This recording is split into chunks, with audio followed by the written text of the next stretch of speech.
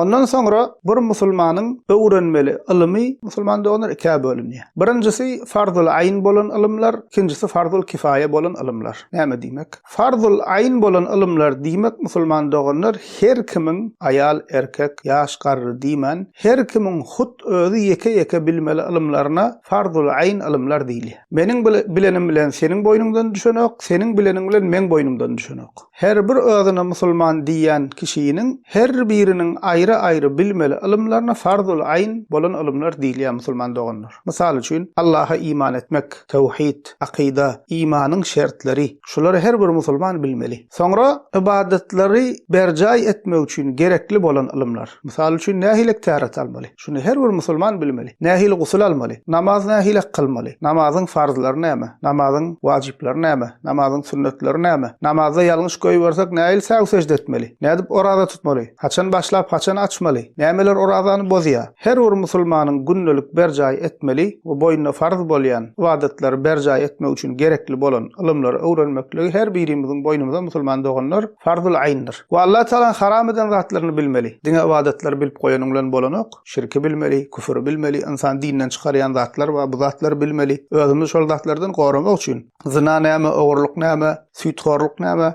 bul haram işlerin bilmeli, şol zatlardan özümiz goramak üçin. Ondan sonra musulman doganlar farzul kifaya bolan ilimler gelýär diýdik. Ol hem ümmetin içinden bir topar kişiler şol ilimleri öwrense galanlarynyň boýnundan düşýär. Misal üçin hadis ilmini bilmek, tefsir ilmini bilmek. Her bir musulmanyň bilmegi üçin şert däl. Ümmetin içinden bir topar alim ulama şoňlar meşgul bolsa, galanlarynyň näme boýnundan düşýän ilimler musulman doganlar. We öwrenmeli zatlarymyzy musulman doganlar tertip boýunça aýtsak, nämeden başlamaly? Ilki bilen akidamyzy öwrenmeli, imanymyzy öwrenmeli, imanyň şertlerini öwrenmeli, tevhidi öwrenmeli. Yani la ilahe illallah Muhammedur Resulullah näme diýmek? Manysy näme? Biziň boýnumyza näme ýükleýär? Allah'a iman näme diýmek? Peýgamberlere iman näme diýmek? Periştelere iman näme diýmek? Ahirete iman näme diýmek? Kadara iman näme diýmek? Şulary musulman doganlar birinji şulardan öwrenip başlamaly. Akida diniň asly we esasydyr. Akida bolmasa, iman düzelmese galan ibadetlerden peýda ýokdur. Ondan sonra üstümizde boýnumyza farz bolýan ibadetlerden öwrenip başlamaly. 5 wagt namaz. Ýa-ni diýişim alaqqa nädip täret almaly, nädip gusul almaly, nähilek namaz kılmaly, namaz bozýan zatlar bar, namazyň rukunlary bar, namazda ýalňyş goýbersak nädip säw secde etmeli, cuma namazyny nähilek kılmaly. Şeýle musulmanlar tertip boýunça şu görnüşde ibadetlerimizi ilki akideden başlap öwrenmeli. Ondan sonra dünýäwi işlerden her kim öz